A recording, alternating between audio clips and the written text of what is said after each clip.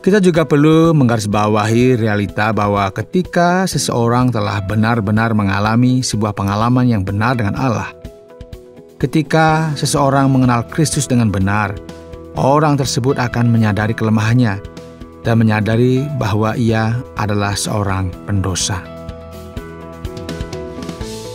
Saudara pendengar, bersama dengan saya Oti Priambodo dalam program Jalan 66. Senang sekali karena bisa mempersembahkan program yang memberikan pengetahuan Alkitabiah dan menyuguhkan kepada kita jalan keselamatan. Hari ini kita akan masuk pada pembelajaran yang terambil dari surat Rasul Paulus yang pertama kepada Timotius, pasal yang pertama. Pak Yohanes akan menyampaikan kepada kita berkaitan dengan kontroversi dan diskusi yang perlu dikoreksi.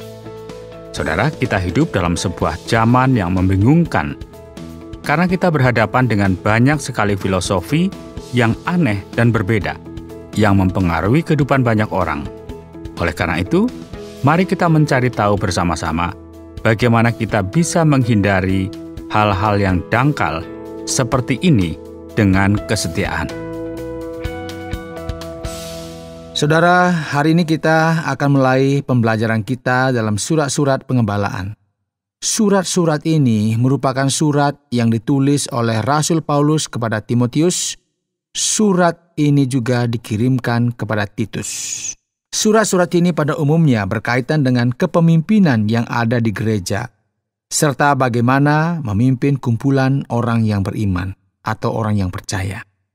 Jadi, Paulus memulai pasal ini dengan mengatakan, dari Paulus, Rasul Kristus Yesus menurut perintah Allah, Juru Selamat kita, dan Kristus Yesus, dasar pengharapan kita, kepada Timotius anakku yang sah di dalam iman. Kasih karunia, rahmat, dan damai sejahtera dari Allah Bapa dan Kristus Yesus Tuhan kita menyertai engkau. Saudara, surat dari Paulus senantiasa menimbulkan pertanyaan. Jadi, sangat penting bagi kita agar memahami skenario sejarah yang terjadi untuk mengetahui apa yang sebenarnya terjadi. Kita perlu mengingat bahwa Timotius telah menjadi orang percaya atau orang Kristen ketika Paulus melaksanakan perjalanan misi sebelumnya. Ia berasal dari sebuah keluarga yang ibunya itu merupakan orang Yahudi dan bapaknya Yunani, campuran begitu ya. Ia menjadi orang Kristen di kota Listra dan setelah itu ia mengikuti Paulus dalam perjalanan misinya dan sekarang ia telah menjadi pemimpin dari sebuah gereja. Ia adalah seorang pendeta di kota Efesus. Nah, penting sekali bagi kita memahami bahwa apa yang terjadi di dalam surat ini dan juga dalam kedua surat pastoral lainnya, serta dalam kitab Kisah Para Rasul. Kita tahu betul ya bahwa Paulus melakukan perjalanan dalam kitab Kisah Para Rasul, dan setelah itu di luar kitab Kisah Rasul, kita bisa menemukan adanya kemungkinan bahwa ia melakukan perjalanan misinya yang lain, dan kemungkinan besar ya ia pergi ke Asia Kecil lewat Pulau Kreta dan akhirnya tiba di Roma. Dan ini terjadi pasti setelah tahun 62. Nah, mari kita melihat apa yang terjadi, apa yang mendasari ditulisnya surat ini. Ketika aku hendak meneruskan perjalananku ke wilayah Makedonia, aku telah mendesak engkau supaya engkau tinggal di Efesus dan menasihatkan orang-orang tertentu agar mereka jangan mengajarkan ajaran lain. Nah, ya, kita tidak bisa langsung mengerti apa yang sebenarnya terjadi. Nah, pertama-tama, saudara, kita perlu memperhatikan fakta bahwa doktrin yang benar atau ajaran yang benar merupakan sesuatu yang sangat mendasar. Sangat penting bagi kita untuk memisahkan kebenaran dari dusta, memisahkan apa yang benar dan apa yang salah. Dan sekarang dalam perjanjian baru, kita akan melihat bahwa seringkali ada penekanan terkait dengan hal-hal ini, khususnya dalam surat ini. Ada kelompok orang di Efesus yang sedang mengajarkan ajaran lain atau doktrin yang salah. Kelompok ini nampaknya mencampur adukan dongeng-dongeng dan tradisi Yahudi dan mencoba untuk kembali kepada perjanjian lama, dan ternyata itu membuat masalah yang rumit di gereja. Ayat 4, perhatikan saudara, memberikan kepada kita sebuah gagasan yang lebih baik mengenai apa yang terjadi. Ataupun sibuk dengan dongeng dan silsilah yang tiada putus-putusnya, yang hanya menghasilkan persoalan belaka dan bukan tertib hidup keselamatan yang diberikan Allah dalam iman. Tujuan nasihat itu ialah kasih yang timbul dari hati yang suci, dari hati nurani yang murni, dan dari iman yang tulus ikhlas. Saudara, kontroversi dan diskusi hanya akan menimbulkan persoalan. Di sini sepertinya ada kelompok orang-orang yang hanya menimbulkan masalah demi masalah bagi gereja yang memiliki sebuah ketertarikan untuk melakukan sesuatu tanpa memikirkan akibatnya. Sering begitu ya, kita membuat masalah, gak pikir akibatnya. Mereka hanya ingin memperhatikan hal-hal yang berkaitan dengan silsilah dan dongeng ya. Dan mungkin mereka berimajinasi terlalu tinggi untuk mengarang cerita ini. Nah, akhirnya apa? Mengakibatkan perpecahan di gereja. Alkitab dengan jelas berkata kepada kita melalui Paulus bahwa tidak satu pun dari hal-hal ini penting. Kita perlu berjalan dalam sebuah jalan yang dipimpin dalam kasih, dalam iman yang tulus ikhlas, dan dalam hati nurani yang murni, yang tidak mau berpaling kepada hal-hal yang tidak berguna. Paulus kemudian secara langsung dan terus terang berkata, tetapi ada orang yang tidak sampai pada tujuan itu dan sesat dalam omongan yang sia-sia. Mereka itu hendak menjadi pengajar hukum Taurat tanpa mengerti perkataan mereka sendiri dan pokok-pokok yang secara mutlak mereka kemukakan. Saudara, seringkali ada diskusi mengenai detail dari kehidupan kita, dan terkadang kita melihat orang mulai berbicara mengenai masalah-masalah ini ya. Dan kita mulai mengerti dengan jelas bahwa mereka semua ini memiliki roh yang aneh mengenai semua apa yang dibicarakannya.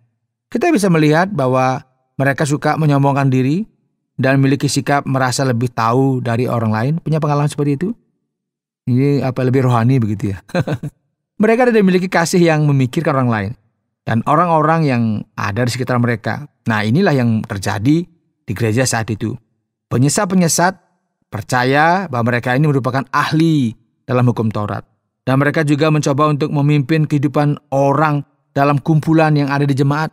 Jadi semacam dia yang banyak ngomong dan mengarahkan orang. Karena itu Paulus berkata, perhatikanlah hai saudara-saudara sekalian, orang-orang ini salah. Ya, sebenarnya kontroversi dan diskusi mereka dikoreksi. Dan inilah mengapa Paulus ingin mengajarkan pelajaran ini kepada mereka. Paulus berkata, kita tahu bahwa hukum Taurat itu baik kalau tepat digunakan. Tidak ada sebenarnya masalah dengan perjanjian lama. Dengan semua informasi yang kita bisa temukan di dalamnya. Hukum Taurat itu bukanlah bagi orang yang benar, melainkan bagi orang durhaka dan orang lalim, bagi orang fasik dan orang berdosa, bagi orang duniawi dan yang tak beragama, bagi pembunuh bapa dan pembunuh ibu, bagi pembunuh pada umumnya, bagi orang cabul dan pemurid, bagi penculik, bagi pendusta, bagi orang makan sumpah, dan seterusnya, segala sesuatu yang bertentangan dengan ajaran sehat yang berdasarkan Injil dari Allah yang mulia dan maha bahagia seperti yang telah dipercayakan kepadaku. Saudara, panjang lebar dia bicara. Paulus menyatakan bahwa hukum Taurat itu sendiri merupakan sesuatu yang baik. Dan hukum ini tidak dibuat untuk mereka yang telah dibenarkan. Hukum Taurat diberikan supaya menyatakan dan membuktikan kepada kita betapa jauhnya kita dari tujuan Allah yang diberikan kepada kita. Ketidaksempurnaan, kelemahan, kesalahan, dan dosa-dosa kita, semua ini dicela oleh hukum Taurat. Kebenaran juga adalah barang siapa yang menentang doktrin yang sehat, mereka ini ada di dalam dosa, dan menyatakan bahwa orang-orang ini merupakan bidat atau penyesat. Mereka ini merupakan orang-orang yang kacau, yang masuk ke gereja, merusak gereja, dan ini mereka ini orang-orang yang di blacklist begitu ya. Orang-orang yang menentang doktrin yang sehat. Sama dengan seorang pembunuh, pencina, pembohong, orang cabul, dan lain sebagainya. Selanjutnya dituliskan, aku bersyukur kepada Dia yang menguatkan aku, yaitu Kristus Yesus Tuhan kita.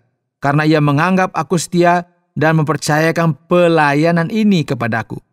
Aku yang tadinya seorang penghujat dan seorang penganiaya dan seorang ganas, tetapi aku telah dikasihaninya.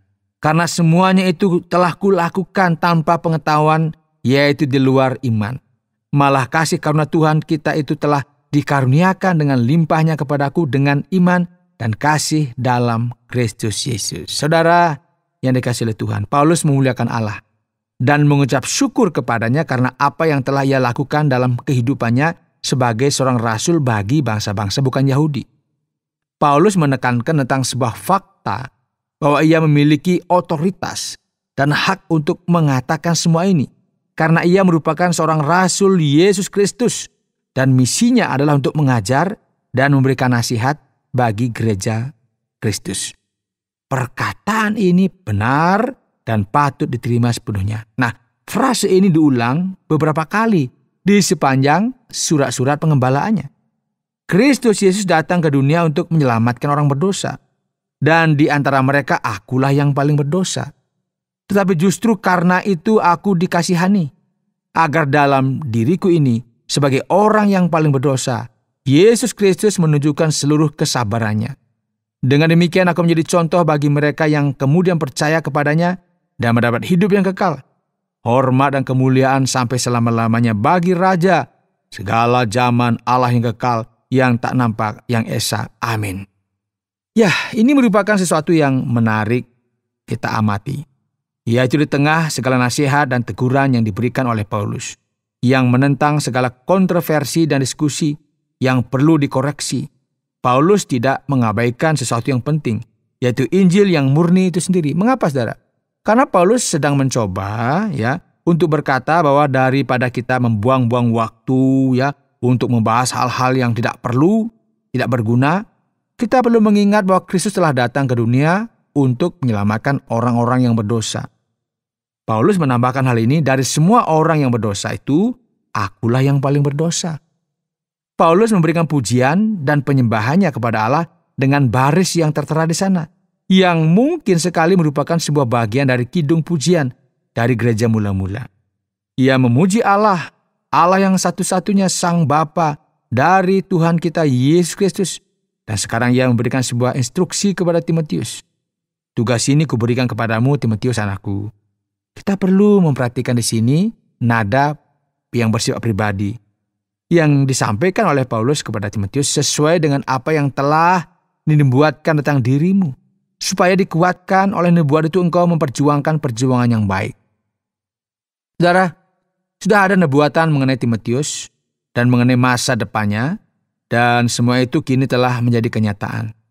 Paulus memberikan pujian kepada Timotius untuk tetap maju dan tidak menjadi lemah atau patah semangat oleh karena masalah-masalah yang sedang dihadapi di tengah-tengah gereja.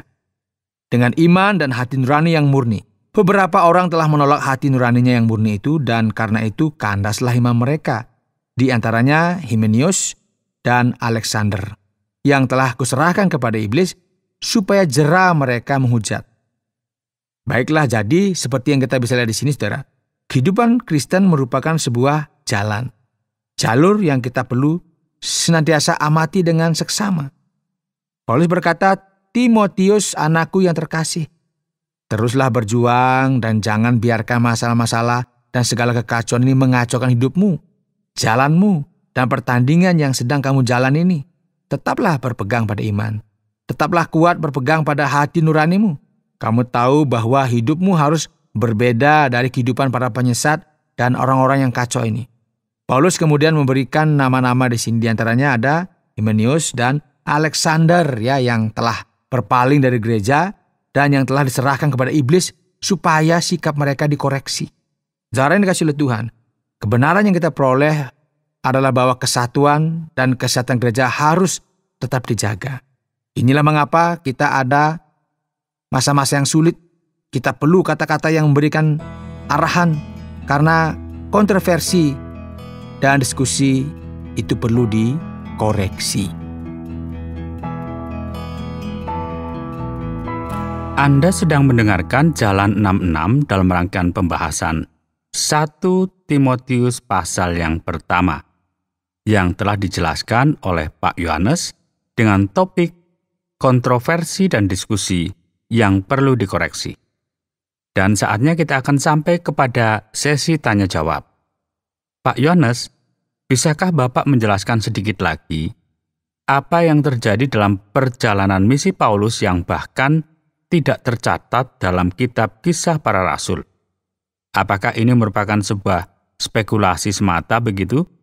Ya, bagus sekali ya karena mengangkat topik ini, Pak Oti ya. Karena di dalam sejarah penelitian Alkitab, ada beberapa orang yang bahkan berpendapat bahwa bukan Paulus yang menuliskan surat ini berdasarkan alasan ini. Ada sebuah catatan sejarah yang sangat rapi tersusun sebagaimana dituliskan dalam kitab Kisah Para Rasul, dan kitab ini kita bisa melihat bahwa ada 3 perjalanan misi yang sangat terkenal yang dilakukan oleh Paulus yang terjadi antara tahun 46 sampai 57 pada era kekristenan pada masa itu. Dan setelah itu Paulus dipenjara di Kaisaria dan akhirnya ia dibawa ke Roma dan tinggal di sana sampai tahun 62. Nah, setelah ini kitab Kisah Rasul berakhir ya. Kitab ini diakhiri dengan sedemikian rupa sehingga sangat terbuka akan apa yang terjadi kemudian di dalam gereja. Jadi kitab Kisah Para Rasul ini sendiri tidak diakhiri dalam sebuah masa tertentu, namun diakhiri dengan sebuah titik 3 begitu ya. Jadi ada sebuah misi yang dilakukan Paulus berdasarkan dari catatan Alkitab. Selain daripada ketiga perjalanan ini, serta dari surat-surat yang ditulis oleh Paulus ini, yang bisa kita tarik kesimpulan bahwa ia melakukan perjalanan misinya keempat ya, yang keempat ya. Jadi kitab Kisah Para Rasul memberikan sebuah catatan mengenai apa yang terjadi kepada gereja mula-mula, namun tidak memberikan catatan akan segala sesuatu. Jadi pendapat ini bukanlah sebuah spekulasi, namun ini merupakan sebuah kebenaran. Surat ini akan memberitahu kita mengenai apa yang terjadi setelah itu. Dan mungkin surat ini ditulis pada tahun 64 sampai 67 pada era kekristenan. Tergantung dari pendapat para ahli yang meneliti hal ini.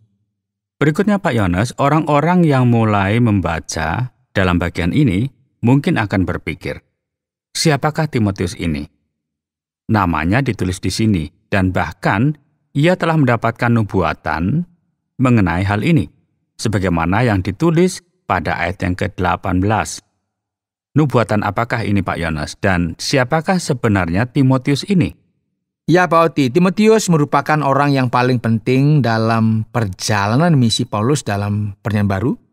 Ia lahir di kota Listra, sebagaimana yang kita lihat dalam Kisah Para Rasul 16. Bapaknya orang Yunani, sedangkan ibunya orang Yahudi. Timotius telah mendengar banyak mengenai iman yang benar dalam Allah sejak masa kanak-kanaknya. Ia telah mendengar tentang Allah dari ibunya dan neneknya, dan nantinya Timotius disunatkan atas permintaan Paulus, supaya ia bisa menemani Paulus dalam perjalanan misinya. Jadi di sini kita bisa melihat bahwa Timotius merupakan seorang pemimpin gereja di Efesus dan saat ini ia sedang menghadapi masalah yang rumit, yang sulit. Dan menarik sekali jika kita memperhatikan bahwa nubuatan-nubuatan yang kita bisa temukan dalam firman Tuhan ini merupakan arahan dari Allah yang menyatakan apa yang harus dilakukan oleh orang-orang tertentu dalam kehidupannya. Sangat mungkin bahwa orang-orang yang berdoa bagi Timotius dan yang digerakkan oleh Roh Kudus menyatakan apa yang terjadi dengan masa depan Timotius sebagaimana yang disebutkan dalam ayat 18 ini. Jadi kurang lebihnya ya ini merupakan ringkasan dari Timotius yang terkenal dalam Alkitab serta peran pentingnya bagi gereja. Pak Yones, kita melihat bahwa Timotius sepertinya memiliki sebuah pekerjaan yang sulit ya. Karena ia harus menghadapi ada banyak kelompok yang problematis.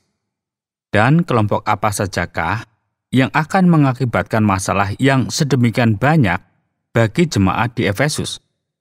Sepertinya juga kelompok-kelompok ini sangat suka dengan silsilah, dongeng-dongeng, mitos-mitos, dan hal semacam itu Pak Yones. Baik Pak Oti, di sini kita bisa melihat bahwa orang-orang ini atau kelompok-kelompok ini sangat suka dengan agnostik, mistisisme, dan beberapa elemen dari Yudaisme. Nah, berdasarkan firman Tuhan, mereka mengajarkan sebuah doktrin palsu dan mereka ini juga memiliki sebuah ketertarikan ya yang berkaitan dengan Perjanjian Lama. Sebagaimana kita bisa lihat di sini dan juga mereka tertarik dengan mitos dan hal-hal yang kabur serta silsilah yang aneh. Ya, mungkin mereka ini sedang mencoba untuk membuktikan beberapa hal tertentu dengan memakai argumen-argumen, dan orang-orang ini percaya bahwa mereka ini merupakan orang-orang yang sangat penting. Jadi dalam ayat 7, kita bisa melihat juga bahwa mereka mengklaim dirinya sebagai pengajar dan ahli hukum Taurat. Suka memegahkan diri. Nah, mereka suka membuat masalah dan kekacauan. Mereka suka memperbincangkan masalah-masalah yang tidak diketahui oleh banyak orang. Dan Alkitab juga mencatat bahwa mereka sebenarnya tidak tahu apa yang mereka bicarakan atau sesuatu yang mereka sangat yakini yang memang telah terbukti, ya. Jadi ini merupakan sebuah percampuran gagasan yang nyata yang akhirnya menimbulkan masalah bagi Timotius dan gereja pada masa itu. Baik, setelah kita mencoba untuk melihat tentang Timotius, mari kita coba melihat kepada Paulus. Paulus berkata bahwa Yesus Kristus datang untuk menyelamatkan orang-orang berdosa, yang mana ialah yang paling parah dari antara mereka. Pak Yones, apa yang telah Paulus lakukan sehingga ia sedemikian berdosa? Karena ia mengklaim dirinya sebagai orang yang paling berdosa. Iya, Pak Oti, ini merupakan sesuatu yang sangat menarik. Nah, dalam King James Version itu dikatakan bahwa dia adalah kepalanya. Namun terjemahan yang sesuai dan yang cocok sebagaimana yang dipakai dalam terjemahan baru dikatakan bahwa akulah yang paling berdosa. Jadi kata kepala atau chief kurang masuk akal. Ia adalah orang yang paling berdosa. Jadi sekarang ya kita bisa melihat ada dua elemen yang sangat penting. Yang pertama, Paulus memang telah menganiaya gereja. Ia merupakan seorang penghujat dan dia menyadari apa yang Allah telah lakukan dalam kehidupannya yang mengubahkan dia secara penuh. Nah, selain itu, kita juga perlu menggarisbawahi kenyataan ya bahwa ketika seseorang telah benar-benar mengalami sebuah pengalaman yang benar dengan Allah, ketika seseorang mengenal Kristus dengan benar, orang tersebut akan menyadari kelemahannya dan menyadari bahwa ia adalah seorang pendosa. Setiap orang yang benar-benar telah bertemu dengan Allah dan mengalami Allah dengan benar, orang tersebut akan tahu bagaimana rasanya diliputi oleh kasih karunia yang luar biasa indah dari Allah yang Maha Pengasih yang telah menyelamatkan kita. Mari kita perhatikan Pak Yones pada surat pertama kepada Timotius ini, pasal yang pertama dari ayat yang ke-8 sampai ayat yang ke-11. Ada banyak sekali daftar dosa. Apakah realita ini sesuai jika kita sedang membahas pengajar palsu, Pak Yones? Apakah orang-orang ini juga melakukan hal-hal seperti ini? Baik, Pak Oti. Menarik sekali kita amati apa yang tertulis, yaitu bahwa hukum Taurat telah dibuat bagi orang-orang lalim, bagi orang fasik dan orang berdosa, bagi orang duniawi dan yang tidak beragama, bagi pembunuh bapa dan pembunuh ibu, dan bagi pembunuh pada umumnya, bagi orang cabul dan pemburit yang termasuk di dalamnya homoseksual dan heteroseksual, bagi penculik, ya, bagi pendusta, bagi orang yang makan sumpah. Nah, kita bisa melihat ada banyak sekali kelompok dosa di sini yang termasuk di dalamnya penolakan terhadap hukum Taurat dan orang-orang yang melakukan kejahatan. Kemudian bagi mereka yang melakukan dosa yang berkaitan dengan imoralitas dan akhirnya orang-orang yang melakukan dosa dengan perkataannya berbohong dan bersumpah palsu. Nah, maksudnya ialah bahwa orang-orang ini percaya bahwa mereka ini adalah orang-orang yang terbaik. Namun kebenarannya adalah mereka ini sama dengan orang-orang yang melakukan dosa sebagaimana yang disebutkan di atas tadi. Terkadang ya kita tidak menyadari. Namun orang-orang yang menyepelekan pengetahuan akan firman Allah, sebenarnya mereka ada dalam sebuah posisi yang sama dengan orang yang paling cabul atau orang-orang yang melakukan kejahatan yang mengerikan. Dan inilah yang Paulus katakan mengenai mereka sebagai pengajar-pengajar yang sesat. Baik, Pak Yones. Pertanyaan terakhir, Rasul Paulus mengakhiri pasal ini, yaitu kitab 1 Timotius ini, dengan berkata bahwa ia telah menyerahkan kepada iblis, Himeneus, dan Alexander.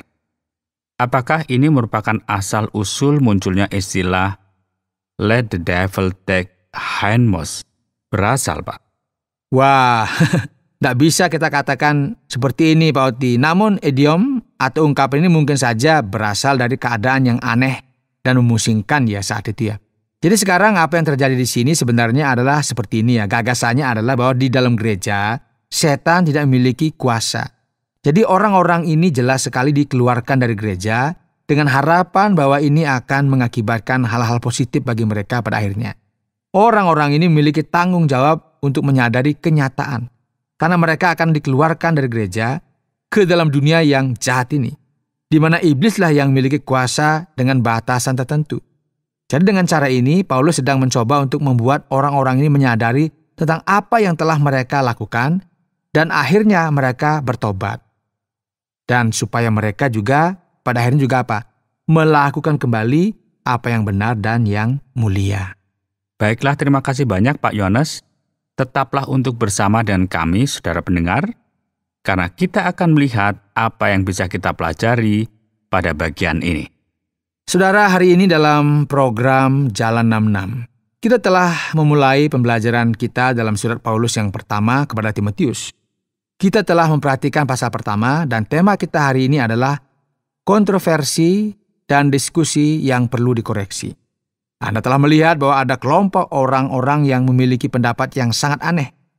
Dan kelompok-kelompok ini juga telah mulai mengakibatkan berbagai persoalan di gereja yang ada di Efesus, dan kini Paulus mulai memberikan perlawanannya terhadap percampuran gagasan-gagasan yang aneh ini, yang menyimpang, yang perlu dinasihati dan dikoreksi.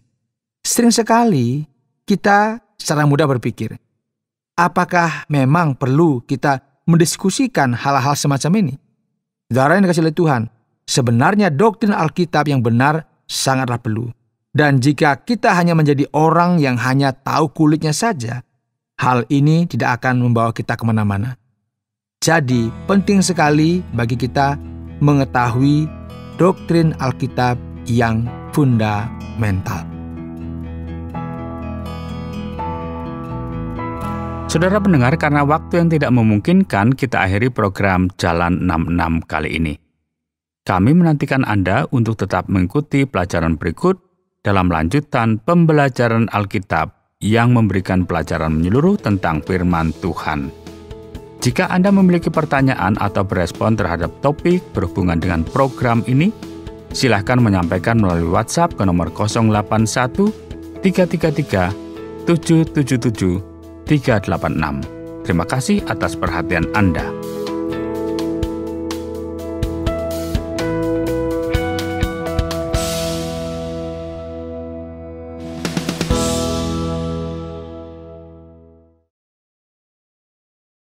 Terima kasih Anda sudah mengikuti program kami. Jika Anda diberkati, jangan lupa like, komen, dan share supaya Anda tidak ketinggalan setiap program terbaru kami. Jangan lupa juga untuk subscribe channelnya dan nyalakan loncengnya.